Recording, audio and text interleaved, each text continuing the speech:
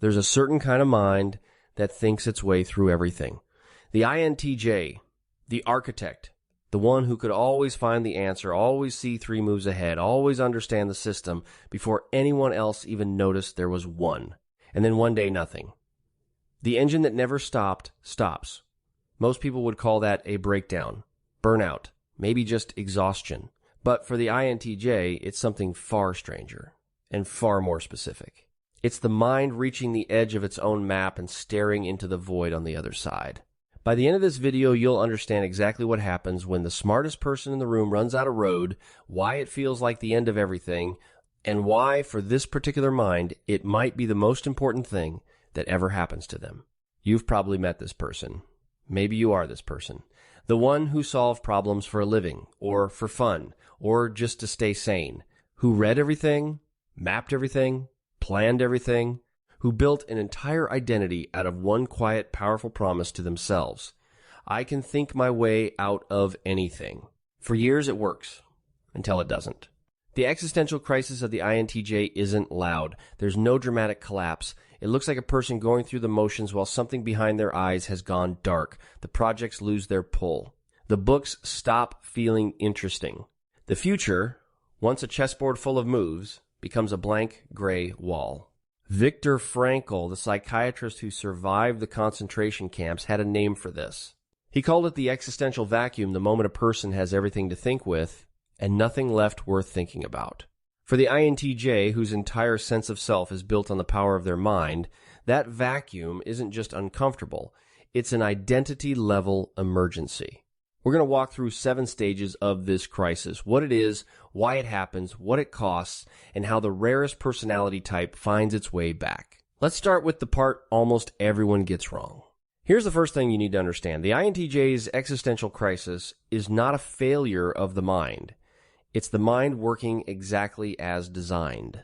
Psychologists who study high cognition personalities have noticed a pattern. The more powerfully a person can analyze, the more urgently they need something worth analyzing.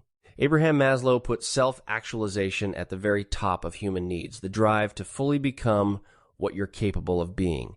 But he added something people forget. When that drive is blocked, it doesn't just fade. It turns into a kind of sickness of the soul. He called these metapathologies the despair that comes not from having too little, but from having outgrown everything you have. So when an INTJ hits the void, it isn't because their mind broke, it's because their mind finished the puzzle in front of it and started demanding a bigger one. The crisis is the sound of a system that was built for meaning, running out of meaning to consume. But why does this hit the INTJ so much harder than other types? To answer that, we have to look at how their mind actually runs. Carl Jung, who created the framework these personality types are built on, described the INTJ's dominant function as introverted intuition. It's a way of thinking that constantly runs beneath the surface, weaving patterns, projecting outcomes, chasing the single hidden thread that connects everything.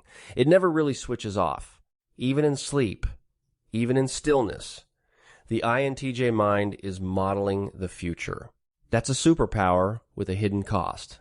Mihai Csikszentmihalyi, who spent his life studying peak mental states, showed that intense focus draws down a real, finite resource mental energy that has to be replenished. The INTJ rarely replenishes it because they rarely stop. And so the burnout, when it comes, isn't ordinary tiredness. It's the collapse of the one function that made them who they are. When introverted intuition goes quiet, the INTJ doesn't just feel tired, they feel like they've lost themselves. Now here's where it gets more complicated, because from the outside and even from the inside, this looks exactly like depression. And sometimes it overlaps, but existential psychologists draw an important line. Irvin Yalom, one of the founders of existential therapy, argued that some of our deepest suffering doesn't come from something being wrong with us. It comes from confronting the basic truths of being alive, that we're free, that we're responsible, that meaning isn't handed to us, but has to be made. Ordinary sadness says something is broken. Existential dread says nothing means what I need it to mean. For the INTJ, this distinction matters enormously, because they will try to solve the void the way they solve everything else, with more analysis, more reading, more thinking. But you cannot think your way out of a crisis that thinking itself created. That's the trap. The very tool they trust most is the one that stopped working. And this is the part the people around them almost always get wrong. Because the INTJ doesn't fall apart in public. They don't cry at the dinner table or call a friend at midnight. Susan Cain's work on introversion showed us that the quiet ones process pain internally, privately, often invisibly. So when an INTJ is standing at the edge of their own personal void, what the world usually sees is a slightly quieter version of normal. A little more withdrawn, a little more flat. Friends assume they're just busy. Partners assume they're being cold. Nobody sees the earthquake. Because it's happening somewhere, no one is allowed in. And that's the cruelest part of this crisis. The person going through the most profound rupture of their life is often the person everyone assumes needs the least support. If you're the kind of person who reads about a mind like this and recognizes it in someone you love or in the mirror that already tells me something about you, you look past the surface, it would mean a lot if you hit subscribe. Every week, we break down the real psychology of how these minds work in a way that actually makes sense. Now let's talk about the part no one warned you about. Here's the cost almost no one talks about. For most people, a rough season shakes what they do. For the INTJ, it shakes who they are. Their competence was never just a skill. It was the foundation of their entire identity, the quiet certainty that no matter what happened, they could figure it out. Developmental psychologists describe identity as the story we tell about ourselves to stay whole. And the INTJ story has always had the same main character, the one who understands. So when the understanding stops, when the mind that always had an answer suddenly has none, it doesn't feel like a bad week. It feels like the death of the self.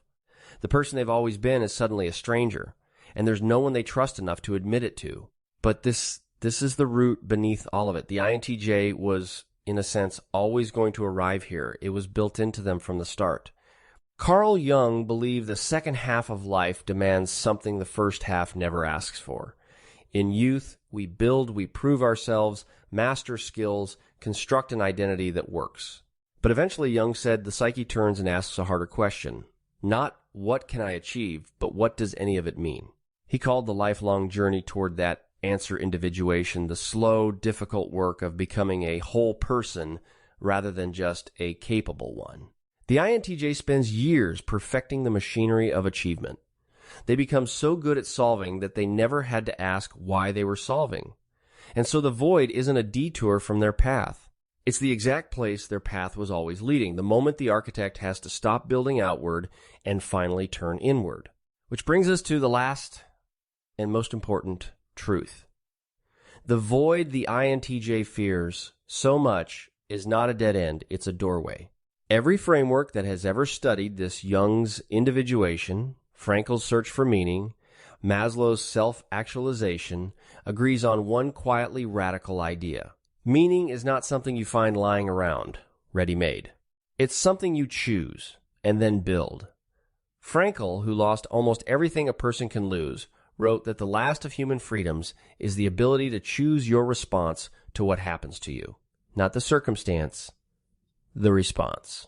And this is exactly the moment the INTJ was made for.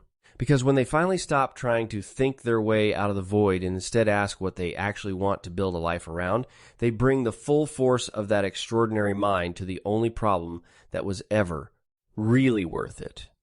Not how to succeed, but how to live. The crisis was never the end of the architect. It was the beginning of the person.